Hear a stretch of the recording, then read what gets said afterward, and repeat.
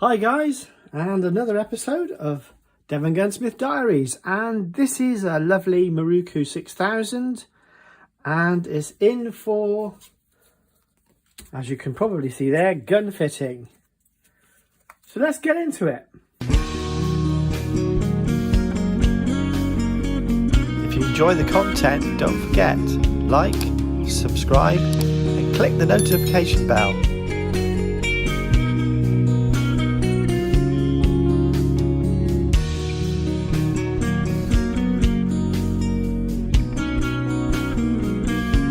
Okay, so this is a right-hand biased stock on a MIROKU 6000, and I have these little cards, work cards, and it's cast on. It needs cast on for a left-handed shooter. Everything else is pretty much the same, and so I'm using the stock jig to bend it. So we'll move over to the stock bending jig. The gun stays in it completely in its entirety, and we'll just crack on with that. Okay, so everybody that's watched this channel before will know that this is my basic jig that I have portable. Another piece of furniture. And the centre point here at the trigger to that straining bar is 50mm. And over here, at this point to that straining bar is 50mm. So we have a neutral stock set and a relatively neutral stock hole. It's slightly biased. It's about the same. So this is a truly neutral gun stock. So it will actually lend itself, while it'll be a right-handed action, and obviously right-handed top lever, it will be firing and mounting from the left. And that's absolutely superb. Nice piece of wood on this as well. So I'm about ready to fire up, really. And not a lot to show you on this one, because what I planned to do was an upgrade on these from radiant halogen, which work really well for small adjustments. When we've got to get all of this wood mass bent, because you can't bend it at the wrist, because the stock bolt finishes about here and it will rack it across, causes all kinds of problems. So we're going to be pulling it towards this way. And at this point, I generally pop in the comb razor wedge, and that's just to maintain discipline. And obviously it's clamped to the bench in all kinds of ways. The whole bench moves because it's on a trolley wheel system. But ready to fire up, and I will then come back to this, but I will carry on with another job on my bench. Thus, we can get more jobs done in a smaller period of time. And it's just after New Year's. Everybody and their mother wants their guns back. So, no pressure, guys.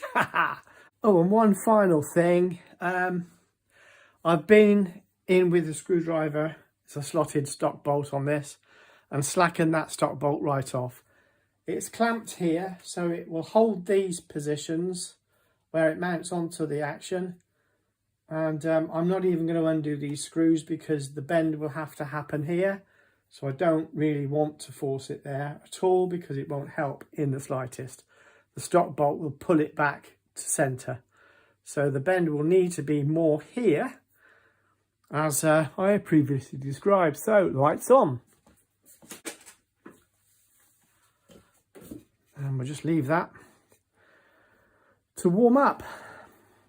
See you in a bit, guys. Okay, it's overnight now. Next morning, it's been in the clamp and heated and set and left to cool overnight. So it should set now. There will be spring back. There always is spring back. But I've compensated by the amount of compression I've applied. So let's just check that out. So this is hard to capture on film. So as you see straight away, there's a spring back effect, which is normal. You've got to heat the wood a lot more in order to get it to not be in a flat beretta, one-handed operation. Okay, so that now has the 1/2 inch cast on, because there's 1.5 inches. It was set at 2 center. We're talking center line here, always center line. Center line is 1.5 offset compared to the 2 over here. You can't see that. There you go. 2 inch offset from the center. So it's 1/2 inch cast on, moved across quite successfully. So that's how you get your offset put in. So I realized that these videos like this are not that exciting because there's not a lot to see unless I filmed 5 hours of heating the stock with halogen lamps. So I'm going to just discuss the other alternatives. We'll do that over on the table, I think. So move the lamps out of the way because they end up getting knocked over otherwise. So you see what's happening here, can you? I don't know. I'll adjust to suit. There you go. So far along here, there's a block here just to stop spring across because it will rack across.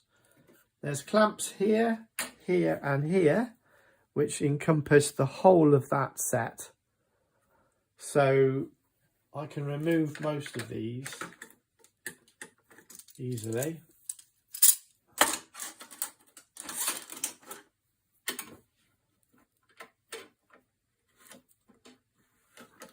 I tend to leave one in place just to hold the gun in place. Oops. Okay, so I've got the top one clamping down. So the chances are if I remove this one, the gun won't shift. There you go.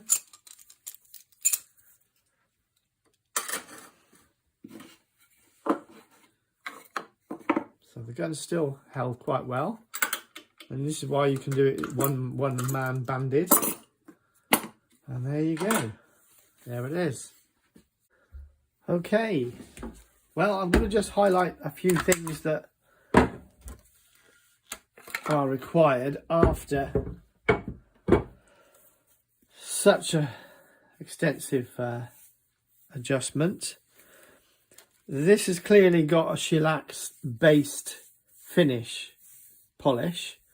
As you may be able to see, that's blistered up somewhat, slightly blistered up. It was a little bit like it before, however it's a bit more noticeable now. So there's some remedial work needed to be done here just to get rid of that. I don't know if I can show it to you. It's hard to show. Camera. Right, it's slightly sort of, yeah, it's sort of like blistered slightly. It's easily fixed, so I'm not worried. I do this sort of thing all the time, so it doesn't freak me out the slightest. So if you're doing this kind of thing at home, please don't panic. You just need to have the right materials ready to sort it out. So I'm not fiddling with the stock adjustment. I'm not taking the stock off because we've just adjusted it. And we want to maintain that set, certainly until the customer comes and checks it. So we've got a nice bend in that stock. I don't know whether it's possible to show you that. Potentially. You'll have to take my word for it. That's all there is to it. I can see it when I sight down. It's quite clearly a left-handed gun now. So let me just get into this last bit with you. Crack on with that.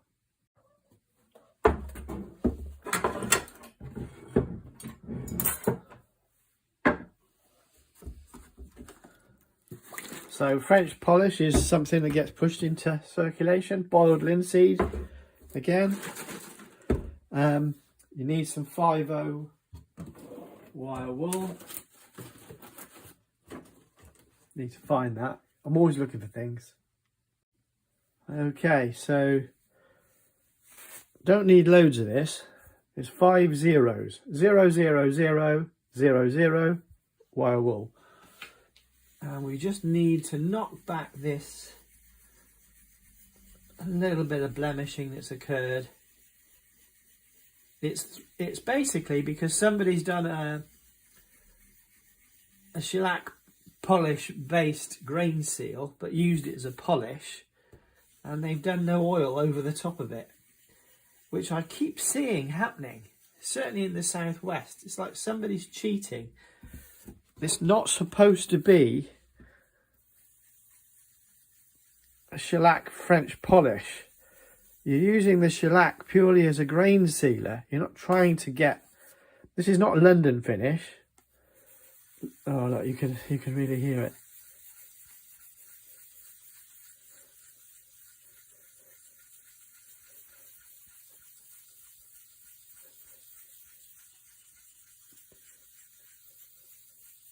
Now, this had this blemish. There you go, you can see it. This had this blemish slightly before it came to me. So I knew this was going to be a thing, so I approached it accordingly, because it goes straight into a French polish, inverted commas, in parenthesis. It goes straight into grain seal and oil finish, as I call it. Anyway, there we go. Okay. So, need one of my trusty blocks. Right, so there's a little bit of marking here too. There was a lot of clamping pressure there, so there's always a little bit of work needs doing here at this point.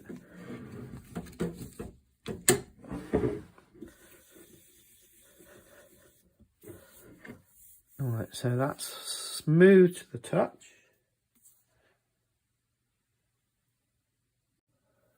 And this is just to bump off those little bumps and blisters that lifted through the heat. Now, the halogen lamps are the softest way to heat these. I have infrared lamps, and what you have to do is you have to wrap it all with muslin cloth and cotton string.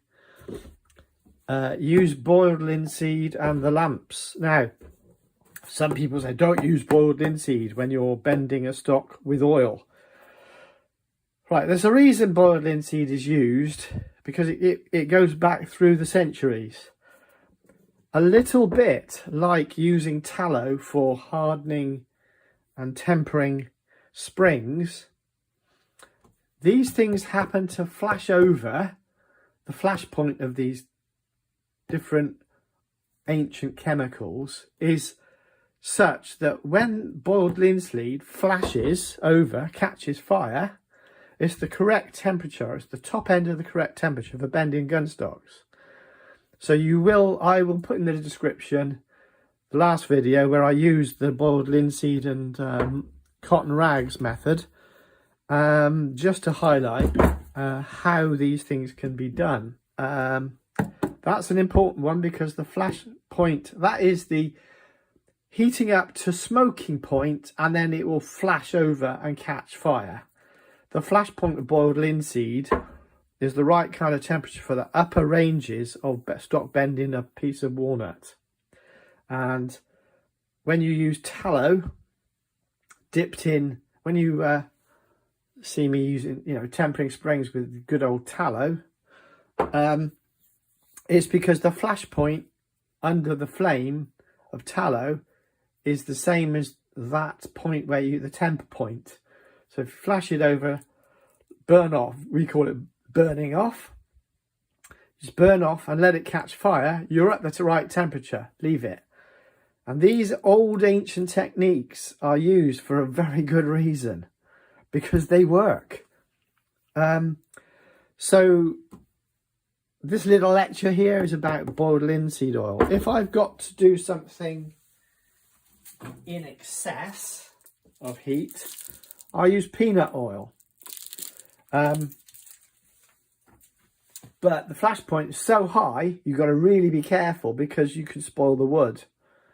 So I err on the side of caution when I do demonstrations, because I want you to not send me a message saying, oh, I tried what you said, I've ruined my stock. You know, there's a waiver on the end of every video for a reason, you know. Anyway, this is looking okay. It feels fine, but it looks a little dull. It's got a satin finish now because I've knocked back all those little blisters. Somebody in the region is using French polished shellac to finish stocks with when they sell them on, so they look pretty. I've seen it a few times on guns. Oh, I've just got this gun and yeah, it's lovely and blah blah blah, and yeah, no comment. I mean, it does get a nice finish, I'm not going to lie. I use it myself, but I knock it back. Right, let's get back into the finishing of this. This is like a fast track version of London finish, because it's already got the shellac sealant on it. So I'm just going to go and get some of this stuff. Not enough. I use this in preference to cotton rags because I'm doing so much of it. I'd need bales of cotton rags, whereas I can just peel a bit of this off. Kitchen roll, it's made of cotton anyway. Use that, let it go hard, use its firelighters in my wood burner.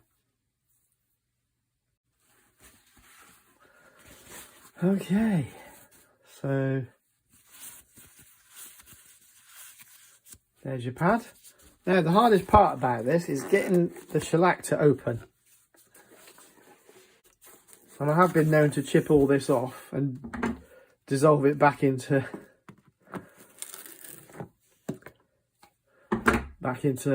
some alcohol. Okay, we don't want huge amounts of this. This is where I quite often invert this and tip it all over the place. Right.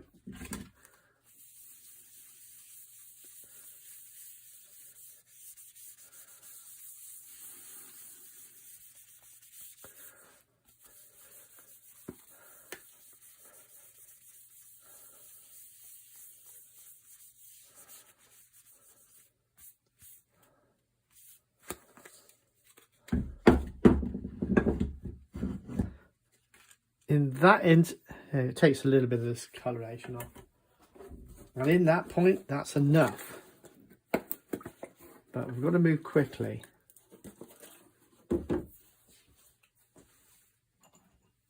So this is Alkanet stained linseed, which I tend to prefer. It's a bit gloopy. Right, this is the sticky substance people always complain about. Right, so you can see it's catching and it's lifting the grain a little bit there. Right, to stop it pulling, you use linseed, but I'm actually polishing what I've applied using the linseed as a lubricant, and there's way too much linseed on this, by the way, at the moment. There's a reason for that. Now it's pulling, which means it's catching the cloth. That's better. So this is very similar, but not the same as French polishing. I'm burnishing that polish I've applied using the Alkanet stained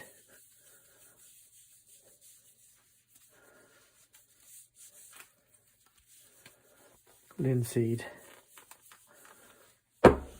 This is one coat, many are applied, but this just gets that shellac polish up, if you will.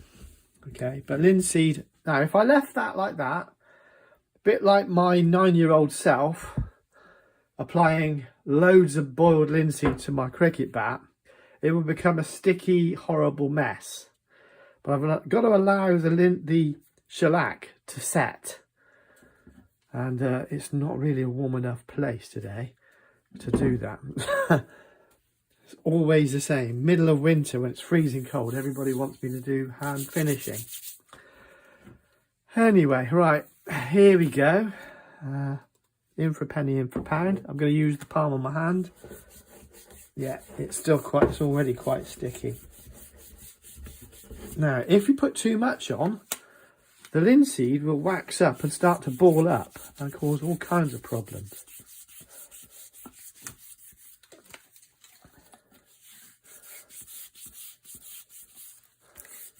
Right, for now, that's going to be enough. I'll just leave that. And there's some curing time. So I'll see you in a minute. Okay. Right, so this is not perfect, but it's definitely taking the oil nicely.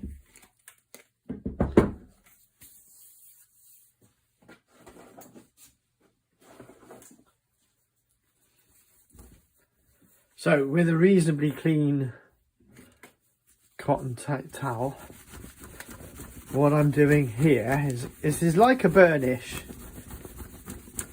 I'm simply removing the excess before it goes rock hard. Now, this is not to mess with the finish, the shellac finish. This is just to get rid of the excess of the oil, because that's actually done the burnishing for me.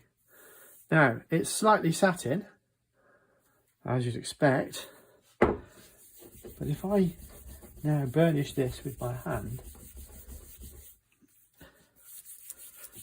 that just flattens off and polishes up that finish. And the Mount of Venus, they call that point there, I think. But you got to use that, and you got to start to feel that wood warming your palm and ball of your thumb, and then eventually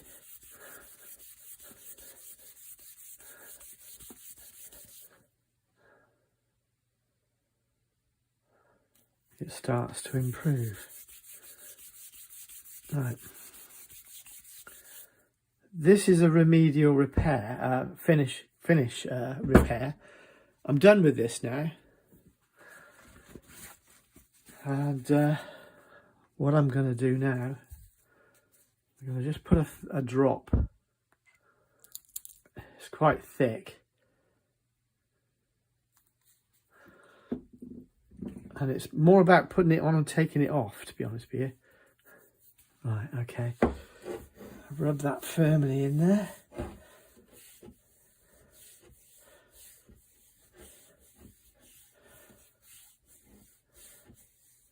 The friction from my hand is creating quite a degree of warmth. I think you see what I say there. It's the oil, not the shellac, that gives you the finish. But I see this happening in the gun trade, where they're using the oil. They're using the shellac, not the oil. The oil finish. Right, I will leave that now. You saw how little amount I put on. You can do this at home. Allow it to dry or cure. If you look at the top of this, it's covered in this flexible coating. That's what you're looking for to protect your wood stock. And then I'll show you something else. This is some product by Range Right. London High Wax Finish. You can see how knackered and old this pot is, because it lasted some 20 years and it's still half full. And how what I do to keep it from going off completely, because it contains linseed. I just keep adding a drop of linseed in it every so often. But you can see how stuck that lid's got when I've actually crushed that. Now, these products last forever, so you don't need, as a 1, 2, 3 or 5 or 6 gun owner, you don't need a pot this big really. So anybody that knows my little workshop, the jig's just there next to me. In the future, I will be making up plans to provide the basics for a universal gun bending stock jig. The one I use is just something I banged together years ago, and it's just been an iterative process, and it's handy for what I need. But I do actually need another stock bending jig, because quite often I get a whole series of jobs and they stack up because I've only got one jig to reuse, and I can keep the costs down if I'm able to repeat easily. So there'll be a tool time about that soon. I haven't had time. I'm just stacked up with jobs right now. I've just got to get through the jobs.